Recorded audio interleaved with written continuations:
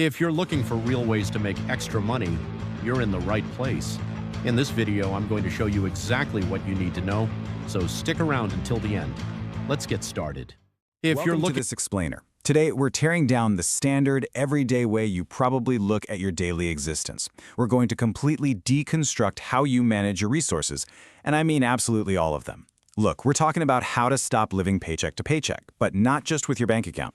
We're talking about the paycheck to paycheck cycle of your time and your energy. We're going to do this by treating your household, your day-to-day life, like a deeply personal, high-stakes enterprise. We'll be diving into the exact, rigorous frameworks that top-tier CEOs use to steer multi-billion-dollar companies, and we're going to apply them directly and ruthlessly to your life. So get ready to rethink literally everything from your monthly budget to the way you block out your daily calendar. Here is the agenda for today's personal board meeting. We're starting with the boardroom mindset, then moving into defining your core strategy, categorizing your bone and fat, applying the scalpel rather than the axe, slaying your sacred cows, and finally diving into the intentionality reframe. This entire structure is built to completely shift your mindset away from restriction and toward conscious, powerful reallocation. Section 1, the boardroom and you. Let's establish the foundational mindset shift required to actually think like an executive in your own life. Okay, let's really dive into this by looking at what the best CEOs actually do. There's this huge common misconception that a CEO's primary job, especially in a crisis, is just to cut costs. But that is such a surface-level view. The most effective leaders out there, they don't just blindly slash budgets across the board. What they actually do is ruthlessly reallocate resources. They pull capital away from lower-value activities and push it directly toward the very few things that actually drive the company's future. Now, making the jump from corporate cost-cutting to your personal life is honestly a perfect parallel, because your household, it's essentially a small business. But here's the absolutely critical difference. In your personal enterprise, the currency isn't just money sitting in a bank account. Your currency is your time, it's your physical energy, and it's your mental attention. So, in the corporate world, R&D maps directly to your personal health and skill development. Corporate overhead, that maps to your commuting and your household chores. And the ultimate profit at the end of the day isn't a stock dividend, it's your overall life satisfaction. Moving right into Section 2, define your core strategy. This is all about establishing the absolute foundational mission of your personal enterprise. Before you even think about touching a single habit, canceling a single subscription, or messing with your calendar, you have to anchor yourself to a strategic narrative. For CEO, the ultimate non-negotiable filter is whether an expense builds durable value. They're constantly asking the ultimate question: will this expense help us win where we've chosen to play? Every single resource, every dollar, every hour must justify its existence against this core mission.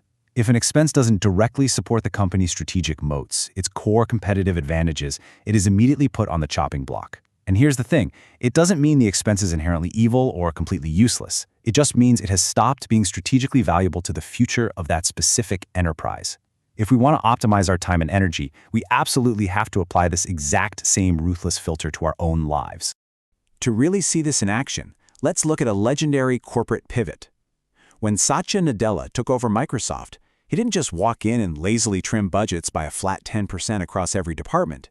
No, he made a massive, highly specific strategic bet. He completely cut the entire phone hardware business. We are talking about a multi-billion-dollar write-off. Why on earth would he do that? He did it to sharpen their strategy and preserve the company's long-term muscle. He took all that capital, all that precious management attention that was bleeding out into a low-margin dragging business, and he reallocated it entirely into Azure and Office 365.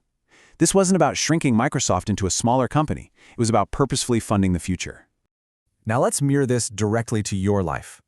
Your personal non-negotiables are the 2 to 3 pillars that give your life meaning, energy, and security. These non-negotiables usually fall into overarching categories, right? Like your physical and mental health, your key relationships with family and friends, or a specific craft or career you are building. These pillars, these are your personal cloud computing and AI divisions. These are the defensive moats you absolutely must protect. And once you define them, everything else in your life now has to justify its existence by either supporting these pillars directly or by being a highly efficient background utility. When you look through this lens, a supposedly expensive night out with close friends isn't a frivolous waste of money at all. It might actually be a vital strategic investment in your relationship pillar. Meanwhile, an unused $15 streaming service or an hour of mindless phone scrolling, that has absolutely no strategic cover. It's the failing smartphone division of your life, just draining your resources without providing any competitive edge. Section 3. Categorizing bone and fat. Let's break down exactly how you need to audit these resources you're spending every day. So the crucial takeaway here is that you need to start seeing your expenses, and remember, we're talking about both time and money, in 3 very specific buckets. You can't just look at a flat bank statement or a packed weekly calendar anymore. First, you have your investment costs. This is the bone of your enterprise. This is the high-quality food you buy, the professional course you're taking, or those regular date nights. This is your personal R&D. And if you cut this, you severely harm your future. Next up is your sustaining costs, the muscle. These are things like your rent, basic groceries, commuting, and sleep. They are necessary to keep the lights on, but they definitely need to be optimized. You should always be asking, can I get the exact same output for less? Like, can I meal prep on Sundays instead of buying a fast casual lunch every Tuesday?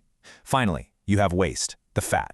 And this is the absolute first hunting ground for any good CEO. Let's look a lot closer at that fat category, because it almost always takes the form of phantom costs. These are the unused subscriptions hiding on your credit card, the clothes hanging in your closet with the tag still attached, and, crucially, the massive time-wasting habits like mindless social media scrolling. But honestly, it also includes psychological drains. Think about those guilt-driven shoulds cluttering up your calendar, meetings you don't need to be in, or social obligations you only attend out of some weird sense of legacy obligation. This is the pure fat of your personal life. Because they provide literally zero strategic value to your core pillars, cutting these phantom costs gives you the absolute quickest, most immediate release of pressure in your life. And the best part? It doesn't do a single ounce of harm to your core mission.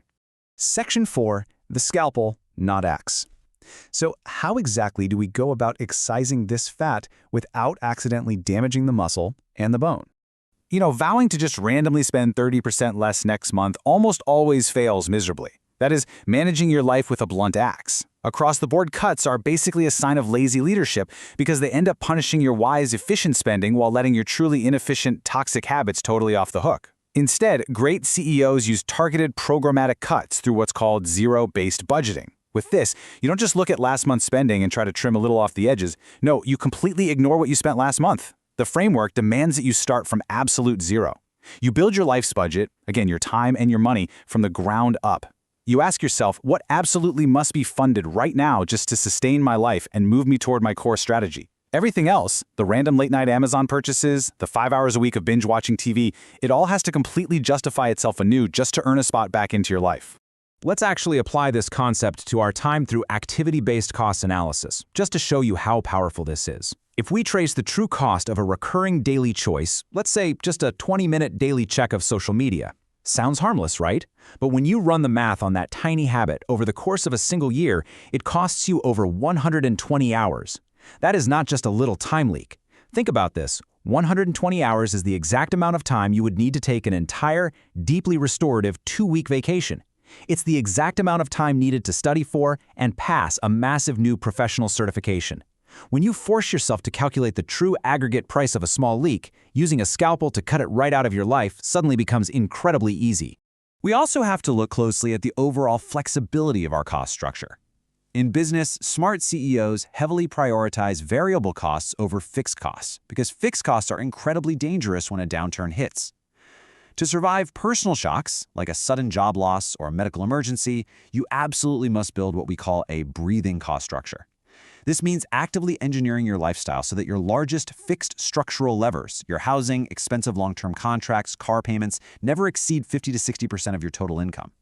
Now I know, these structural levers are the absolute hardest things to change. Moving to a cheaper city or downsizing an apartment is genuinely painful, but they are the real game changers. Keeping these fixed anchors low gives you vital margin. It acts as a massive shock absorber. It brings incredible emotional peace of mind because you know that if a crisis hits tomorrow, it won't immediately force you to gut the R&D, the bone of your life. Moving to Section 5, Slaying Your Sacred Cows. This is the fascinating part where the cold, hard spreadsheets meet deep personal psychology. Every single organization and every single individual has expenses that are culturally or politically untouchable. This is where we inevitably hit the psychological barrier. These are the cultural expenses we aggressively, almost irrationally defend because they satisfy an old, outdated story we tell about our own identity. Think about it. It might be that status symbol car sitting in your driveway, a wildly expensive skincare routine, or even just a long-standing habit of always being the one to pick up the dinner tab for your friend group. When you ask yourself the ultimate question, if I were starting my life over completely today, would I intentionally introduce this expense, and you instantly feel a tight, defensive knot in your stomach, my friend, you have just found a sacred cow. Most sacred cows only exist to maintain an illusion. Slashing a cherished habit can feel like a direct attack on who you are as a person, but recognizing it for what it truly is and finally letting it go is very often much more of a psychological liberation than it is a financial one. But as we start making these cuts, we have to be incredibly careful. Great CEOs are acutely aware that cuts have a half-life.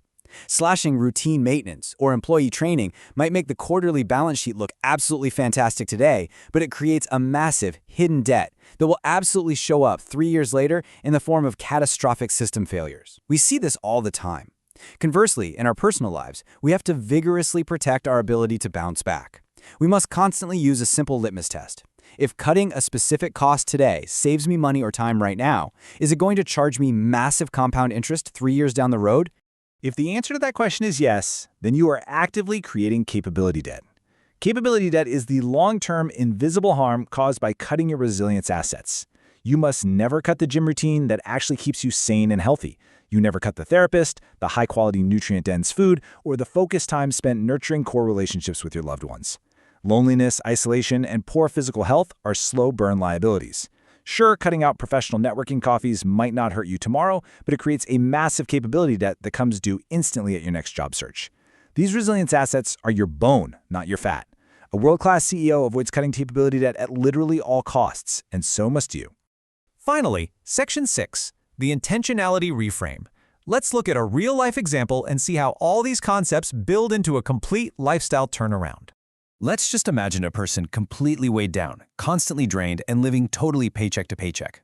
They sit down and define their strategy. Their non-negotiables are quality time as a parent, staying in peak physical shape, and maintaining high energy for their career. When they finally do a ruthless, zero-based audit of their life, they find that their massive socializing budget is actually a sacred cow held over from their 20s. It's leaving them hungover, broke, and actively draining their core pillars of health and parenting. They also uncover $300 a month in totally phantom subscription costs. So they make the shift. But notice, they don't just broadly and vaguely declare, "I'm going to eat out less" in a panic. No, they surgically cancel the phantom costs. They start batch cooking on Sundays, which brings immediate physical energy and drastically drops their daily sustaining costs. By replacing that expensive, tiring nightlife with a free, incredibly rewarding weekly morning hike with a friend, they actually feed multiple core pillars at the exact same time. They even make the incredibly tough call to swap their expensive apartment for a slightly cheaper one closer to work, slashing a massive fixed structural cost while reclaiming an hour of commuting time every single day. Look at the result. They didn't create a miserable life of deprivation. They created a life perfectly, elegantly aligned with their core strategy. The ultimate game-changing shift we learn from this entire framework is realizing that you aren't just cutting coffee or restricting your budget or denying yourself the pleasure of social media scrolling. That's the old way of thinking. What you are actually doing is consciously reallocating your incredibly finite life resources directly toward the things you've already decided matter the most.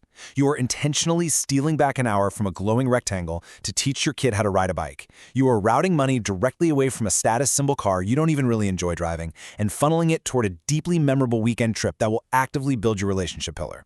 Once you fundamentally reframe your life from a mindset of scarcity and austerity to one of extreme, almost relentless intentionality, you gain incredible power. You gain the power to make bold, sweeping executive decisions about your own life without crippling your spirit or your morale. You truly become the chief executive of your time, your money, and your physical energy. So as we wrap up this explainer, let's just sit with this final vital thought from the framework. If you were appointed the actual CEO of your own life today, right this very minute, what is the very first phantom cost or sacred cow you would ruthlessly eliminate to fund your true mission? And that's Welcome a to wrap. If you found this helpful, make sure to give this video a thumbs up. It helps more people find this content. Subscribe so you don't miss our next video, and check out the one on the screen right now. It might be exactly what you need next. See you there.